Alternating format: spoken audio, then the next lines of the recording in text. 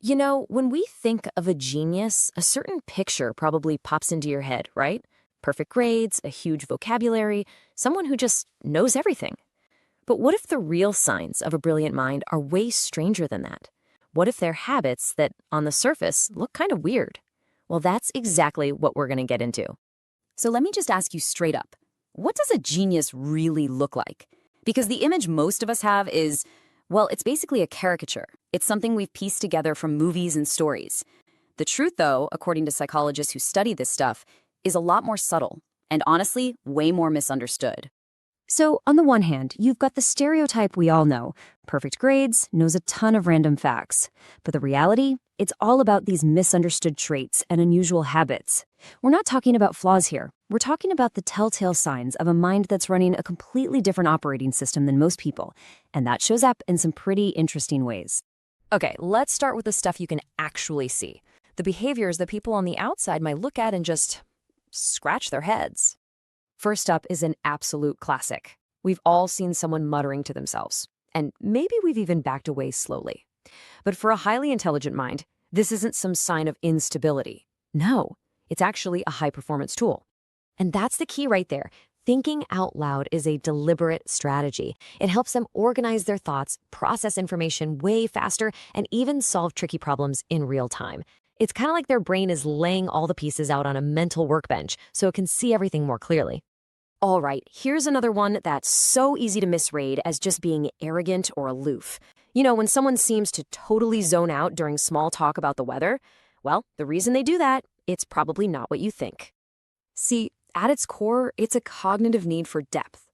Their brain is just wired differently. It's built to hunt for patterns, solve puzzles, and dig into big ideas. So to them, small talk feels like, well, it feels like static. It just doesn't have the complexity their mind craves. They're not trying to be rude, they're just starving for a different kind of conversation. So, moving on from those external habits, let's peek under the hood at the actual cognitive engine that's driving all this. This is about how their minds literally see the world differently. This one might be one of the most fascinating traits of all. People with exceptionally high intelligence often have this kind of hyper-awareness.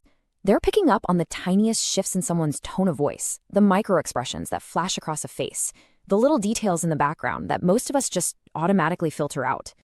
It's like their brain is processing the world in constant high definition.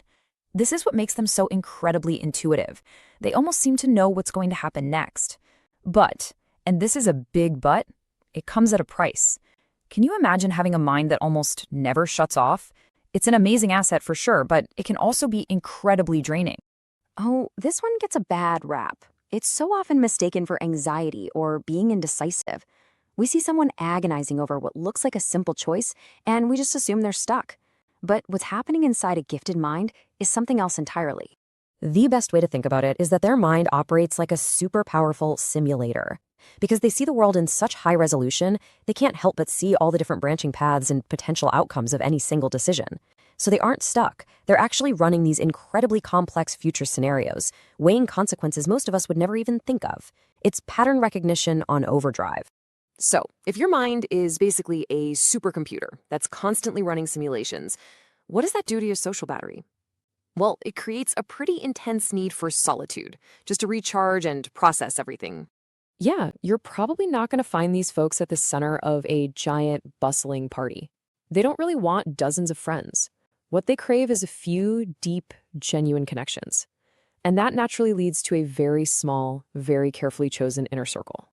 And listen, this isn't about being antisocial. It's a totally conscious act of energy conservation. When your brain is always on, social interaction can be exhausting. They are just acutely aware of who recharges them versus who drains them, and they choose to invest their limited social energy very, very wisely. I'm sure you've seen it. That person staring out the window, looking like they're a million miles away. And it's so easy to just write it off as them being lazy or absent-minded. But if we do that, we are missing the point completely. In reality, when they look zoned out, that's often when they are at their most productive. Neurological studies have actually shown that this kind of mind wandering activates a part of the brain that's absolutely crucial for creativity and big picture thinking. So that blank stare, that's really the look of someone building something incredible inside their own head. And that brings us to our last point, which is maybe the most defining trait of all. This relentless, unstoppable drive to understand the world on a fundamental, totally unfiltered level. This one little word, this is their constant companion. They just don't accept things at face value. Rules, traditions, authority figures, you name it, everything gets hit with that simple, powerful question, why? And the real key to understanding this is that it's not about being difficult just for the sake of it. They're not trying to be rebels. It's more fundamental than that. They are wired to require logic and reason. They have to deconstruct ideas to see if they actually hold up. It's a deep need for truth that can make them amazing innovators, but it can also make them feel pretty uncomfortable in systems that prefer obedience over curiosity. So if any of this is starting to sound familiar, you might just recognize someone you know, or maybe even yourself, in what some psychologists call the silent gifted. These are the people whose genius isn't loud or flashy, it's hiding in plain sight, camouflaged as everyday weirdness. And that kind of leaves us with a final question to chew on. Maybe we've been looking for intelligence in all the wrong places. Maybe these strange habits, the self-talk, the overthinking, the constant questioning, maybe they aren't quirks that need to be fixed.